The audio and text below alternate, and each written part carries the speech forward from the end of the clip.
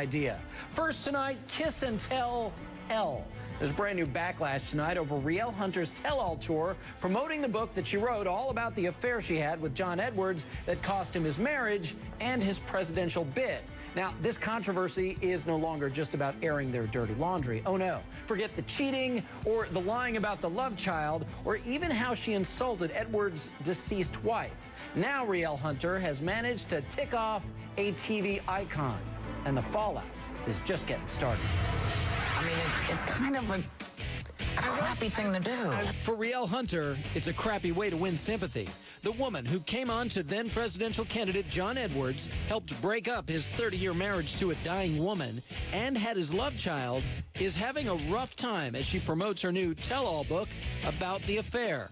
The hosts of The View let her have it. You had unprotected sex with a married man and had a baby. And today, various media outlets are lighting up with a fresh round of Rielle bashing. Comedy writer Julie Klausner sarcastically tweeted, quote, "One of the best things about Rielle Hunter is she knows exactly when to time her career moves so she never seems trashy or inappropriate."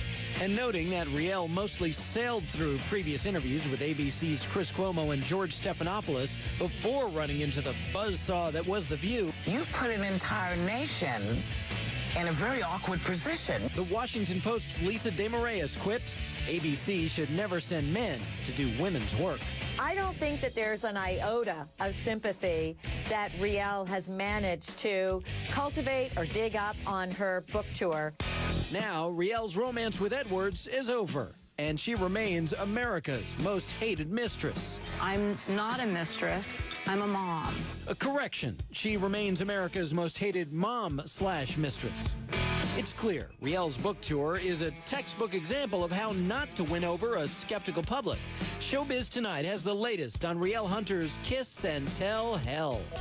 What's earning Rielle the most scorn? The nasty way she writes about John's late wife Elizabeth Edwards, who was dying of cancer while Rielle and John were carrying out their tawdry affair. You called her crazy, venomous, fits of rage. The hosts of The View objected to that, especially Whoopi Goldberg. You trash a dead lady whose husband you had an affair and a baby with. I mean, it's kind of a crappy thing to do. But Rielle didn't back down. Right now, the personas are of Elizabeth being a saint and John Edwards being a demon, and me as a homewrecker.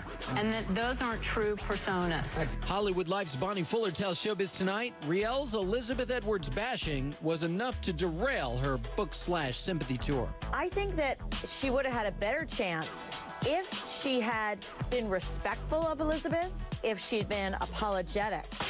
I have my own little bone to pick with you. Even Barbara Walters found herself with a personal score to settle with Rielle after Rielle wrote in her book that Walters screamed at her for doing her first big interview with Oprah. In 30 years of doing interviews, I've never screamed at anyone. I make people cry, but I don't scream. This is not the first time, nor will it be the last, that two people remember an event differently. Right. All told, if Rielle was hoping opening up so publicly would win her a mass outpouring of sympathy, well, it didn't work. She may be successful in bringing attention to her new book, but that doesn't mean that women are buying what she is selling. And some aren't buying Rielle's bombshell announcement that she and John remained a couple for a lot longer than people thought. As of the end of last week, John Edwards and I are no longer a couple. They have lied about their relationship so many times before, but I bet we're going to see this pair back together. They certainly deserve each other.